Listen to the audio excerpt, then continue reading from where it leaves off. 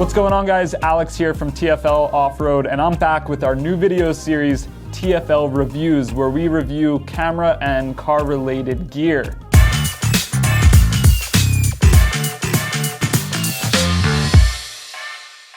So today we have a drone. We just purchased the Mavic 2 Pro.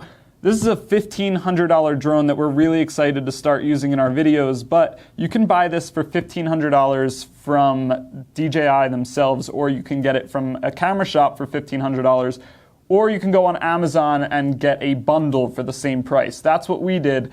So before we get to actually opening the drone, let's see what you get in Amazon's $1,500 bundle. Reaching in here, we've got this silly backpack that makes no sense for putting a drone in. No pockets on the inside. It's just a flimsy, crappy little backpack. A set of ND filters. It's pretty cool they include these. I'm not sure how great the quality is on these, but nevertheless, you get them included in the box, so that's cool. We've also got a Mavic Pro extended range. These look like some sort of reflective material that goes around the remote controller and is supposed to amplify the range. It's kind of like tinfoil, honestly, mounted to some plastic. I don't know how well this will work. It's probably a gimmick, and I don't think I'm gonna end up using it. What else do we have here? We've got, it looks like a landing pad. So it's in this little zipper pouch. And we've got some stakes to put it into the ground. And yeah, helicopter landing pad right there. Again, not super useful, but if you want a designated spot to land your drone, there it is. A couple other things. We've got a microfiber cloth. That's always handy. Never gonna complain about that. It looks like here we have a little memory card reader. So USB, and then we've got an SD card slot and micro SD card slot. And then this is probably the only reason you would want to buy the bundle is for a free memory card. But besides the memory card, pretty much all this other stuff is total garbage. So this drone came out about a year ago, but it's still one of the newest and best drones that DJI has to offer. So we're really excited to start using it. And kind of the big selling point on this is the camera, or at least one of the big selling points is the camera. They actually released two drones when this came out, the Mavic 2 Pro and the Mavic 2 Zoom. So this is the Pro model, which means it has this Hasselblad camera on the front. It has a 20 megapixel 1-inch CMOS sensor. So that means this sensor is 4 times the size of the previous Mavic or even the new Mavic 2 Zoom. So that should lead to some really good video quality. To give you an idea, the Phantom 4 Pro also has a 1-inch sensor. Here's the drone body itself. We have, of course, a folding design just like the previous Mavic. We've also got our remote. If you've ever seen a Mavic, this should look pretty familiar. Again, it's a folding design, so the antennas just kind of come up, and then you have your bottom portion that opens and your phone fits in there. Thumbsticks pull out and then thread in just like that. So this folds down super compact. This looks like our charger. So you've got the brick there and then the actual cable. So pretty standard power cable. Not going to show you that, but here that is where you would connect your Mavic battery to charge. We also have a couple other adapters here. So included in the remote already is a lightning connector for if you have an iPhone, but in case you use a different model phone, they give you options. So we've got a little connector here for micro USB. We also have one for USB-C for newer Android phones right there. We have a little USB-C to micro USB dongle, so that will convert this USB-C cable into micro USB. They also give you a set of extra thumbsticks, which is really nice. So yes, the thumbsticks are detachable, which means you can lose them. So you get 4 in the box and you have room to lose a few. Lastly, we have a box with all of our documentation and propellers. So let's see how many propellers we get. 6 propellers, so 2 spares, probably 1 spare for each direction. We're updating right now, and that's one thing I can't stand about DJI products. We have to update the remote, the drone and the FlySafe database right out of the box. So there's a huge setup process. You need to make sure you have Wi-Fi. You're not set to go right out of the box, and that's across the board with all DJI products.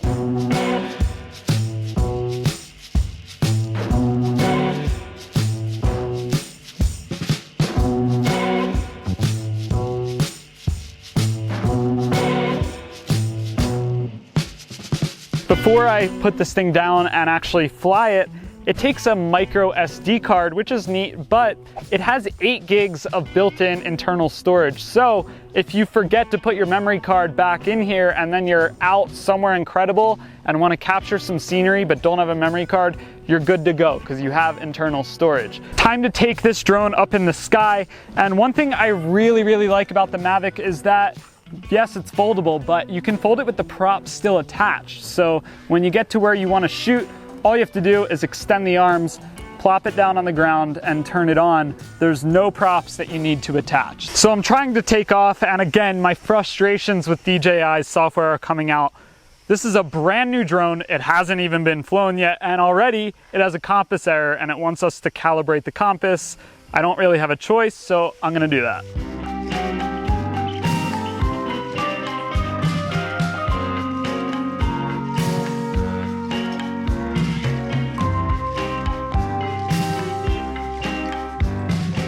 I finally have the compass calibrated. I've done all the software updates. It's finally time to get this going. If you've ever flown a DJI drone, it's exactly the same, which is a good thing. There's no new learning process if you've ever flown one of these before. So both sticks out and down, and then the left stick will control our altitude. So I can push that up or down. Left and right on the left stick is my pan, and then flying direction is all controlled with the right stick. So forward and backward, left and right, all pretty simple. And then of course the tilt on the gimbal can be controlled with the finger wheel up by your left index finger. All in all, it's a very easy drone to fly. It's fast, it's powerful, and the video quality is good too.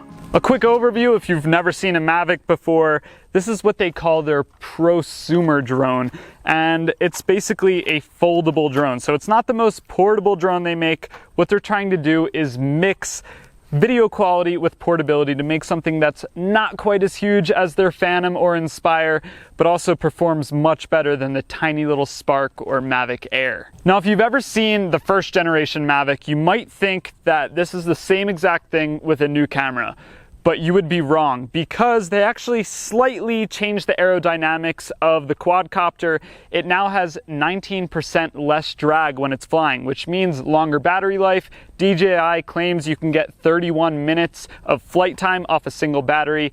Realistically, that's probably going to be right under 30, about 28, 29 minutes in most conditions. You're also going to get a faster top speed. It's now 45 miles an hour. Now, DJI added 2 things to this drone that the previous gen Mavic didn't have that make it even easier to fly. The first is OcuSync 2.0, which is their new remote controller technology. And what that allows is for the drone to send a full HD 1080p video signal from the drone to the controller up to 5 miles away with low latency and really fast download speeds. It'll also auto switch between 2.4 and 5.8 gigahertz channels for when the 2.4 channel gets crowded with interference. It'll automatically hop over to that 5.8 channel and make the transmission come through even clearer.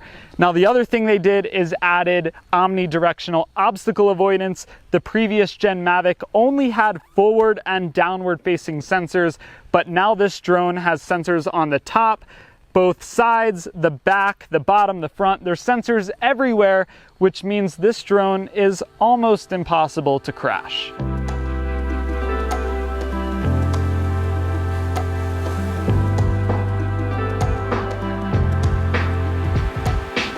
While I don't like DJI's software because of how frequently you have to update it, I do think they're pretty ambitious in the software department in terms of how many different creative shooting modes they give you. So You have your normal operation modes to just use the joysticks to control how the drone flies, but you also have hyperlapse, which is a new feature that pretty much all modern cameras are allowing you to do, such as GoPro and the Osmo Action. You also have a number of different quick shots, which are a number of different movements the drone can do on its own, where you just kind of set it up and hit go, and then you don't need to touch the controls, and it'll make some really nice cinematic, smooth looking motions for you. Then we have active track, which is kind of the feature they're pushing a lot for this drone because of all the obstacle avoidance that this has. Active track is now much more powerful. The previous Mavic in active track would try and follow its subject, and whenever it would encounter an obstacle, it would just stop and hover in its place. Then you would need to take the controller and move it around the obstacle and set it up to keep tracking again. With this, because it has all the different sensors all around, it can detect different objects in the space. It actually 3D maps the entire scene you're in, so it can fly around, detect trees, branches, rocks, whatever is in your way, and it'll actually fly around them and continue tracking your subject. I'm gonna test out active track. I'm gonna have our videographer Matt hop in the Land Cruiser, drive it around while I track him with the Mavic 2 Pro. And I'm also just gonna get some general B-roll shots, some cool aerial scenes here in Boulder, Colorado, so that you can decide for yourself what the video quality looks like.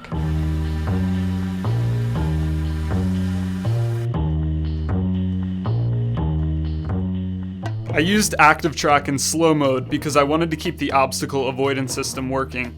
You can see the Mavic picks up on these power lines and threads through them no problem. Even though I wouldn't ever purposely fly through power lines, it gives me a lot of confidence knowing that I can get close to them and the drone will take over and keep everything safe. Even in slow mode, the drone can keep up decently well with the Land Cruiser, long enough to get a good shot. I could go into fast mode and active track, but then you don't have any obstacle avoidance. DJI is really proud of their obstacle trajectory prediction system, but I didn't think it worked at all. Pretty much every time it kicked in, it would end up losing the subject and I'd have to exit active track and fly manually to catch up with the subject again. In addition to those modes, there's a few others. We have point of interest, which basically will just circle around a specific point you set. You have waypoints, so you can be in one spot with the controller and program the drone to go hit a few different waypoints before it comes back to you. And then you have cinematic mode, which will really help you get those smooth, buttery cinematic shots. It basically takes your flight controls and turns the sensitivity down, so everything is much smoother.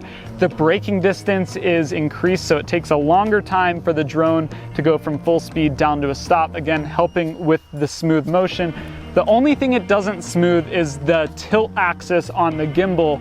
That doesn't get smoothed at all. It's still pretty jerky, and I don't know why they couldn't have smoothed that out. It would make cinematic mode perfect. The lens on the front of this is a fixed focal length. It's the equivalent of a 28mm lens on a full frame camera, and as far as resolutions go, it will do 4K. It'll do that in 24 or 30 frames per second, 2.7K at 60 frames per second, and 1080p up to 120 frames per second. I also want to quickly talk about color because you have 3 different color options when you go and start shooting with this camera. The first color mode is just the normal color profile, which is what it comes with out of the box. Now, most cameras have a number of different color profiles, and you kind of go through and pick which one will work best for your scene depending on what the lighting situation is and whether you're indoors or outdoors.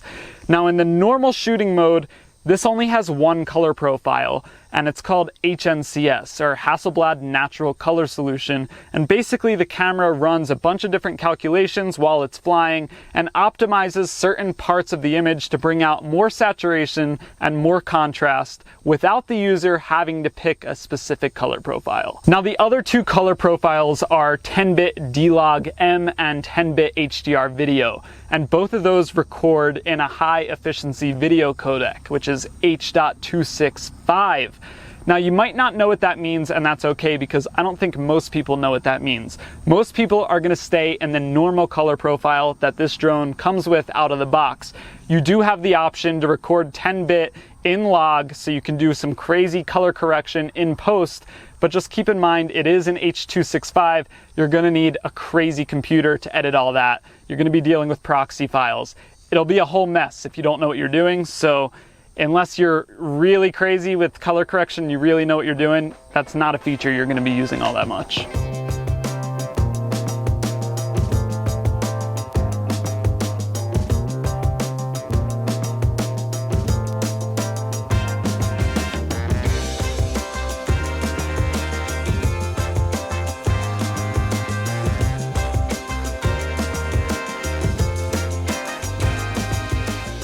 So how about video quality and overall performance of this drone? The first generation Mavic already produced some pretty good looking video.